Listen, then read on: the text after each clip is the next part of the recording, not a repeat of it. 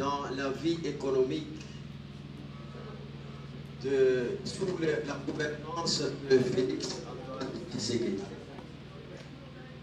Comme vous le savez, que dans sa lancée novatrice, le Code minier de 2018 a supprimé la dualité des régimes miniers existants sous la loi minière qui a existé tout le temps, pour consacrer d'une part un régime de droit commun et d'autre part un régime conventionnel pour instituer un régime unique en matière ou à l'occurrence de régime minier de droit commun qui fixe les conditions d'éligibilité de tous les requérants de droit minier et établit aussi les cadastres miniers comme un établissement public doté de personnalités juridiques et d'autofinancement.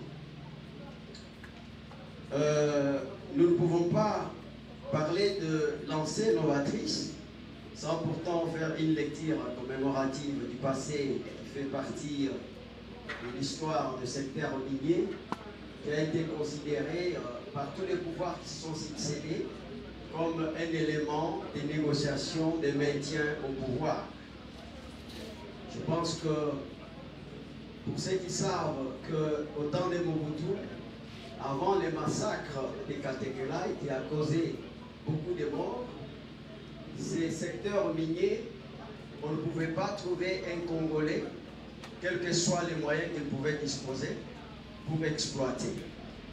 C'est ainsi qu'après le massacre des Katekela, on a pris une loi qui organisait les carrés miniers non couverts par les droits miniers pour l'exploitation artisanale.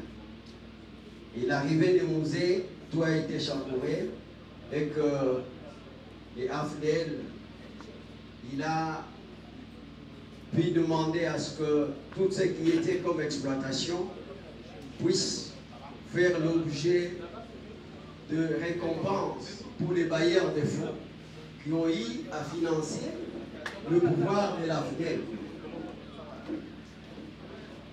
Arrivé au régime de Kabila, il y a eu au moins soixantaine de permis. Je me sois permis de vous dire que depuis 1960, nous avons que 30 permis d'exploitation. Alors que nous sommes dans les 4839 de permis. Mais parmi ces permis, il y a le permis de rejet, il y a le permis de petites mines et aussi il y a le permis de recherche. C'est-à-dire que tous ces pouvoirs qui se sont succédés, ils n'ont pas pu transformer le permis de recherche en permis d'exploitation. C'est pour dire que la contribution dans les budgets de l'État posait déjà un problème. Maintenant, vous devez comprendre quels sont les impôts, quels sont des impôts, bien sûr par les codes miniers bien entendu. Nous avons l'impôt sur les rémunérations des nationaux et des étrangers qui est à 29%. Et la redevance minière qui est à 23,23%. Le droit des douanes et de l'importation à 12,52%. La taxe sur la valeur ajoutée de 11,79%. L'impôt sur les bénéfices de 7,36%. Et le droit superficiel annuel par carré est de 5,59%. Et autres droits. Et tout ça, au temps de Kabila, le secteur minier contribuait dans le budget de l'État qu'à l'ordre de 10%. Mais depuis l'accession de Félix Antoine Tshisekedi, mais je ne peux pas aussi ne pas reconnaître que avec l'arrivée du Premier ministre Moussitou, il a permis quand même la vie, l'activité minière plutôt dans cette vie économique. Lorsqu'on vous parle de boom, ce n'est pas quand on parle de boom d'aujourd'hui, ce n'est pas la première, ou ce n'est pas le premier, mais il faut retenir que autant de Moussitou, Nous sommes allés, s'il faut parler des chiffres, le PIB était de 17 milliards de dollars et aujourd'hui, avec les légers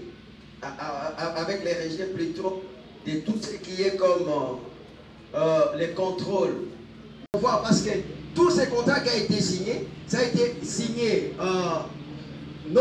sans respecter la loi, c'est-à-dire qu'entre l'État congolais et les bailleurs de fonds. Alors que les contrats doivent être signés entre l'entreprise et les bailleurs de fonds parce qu'il y a des obligations.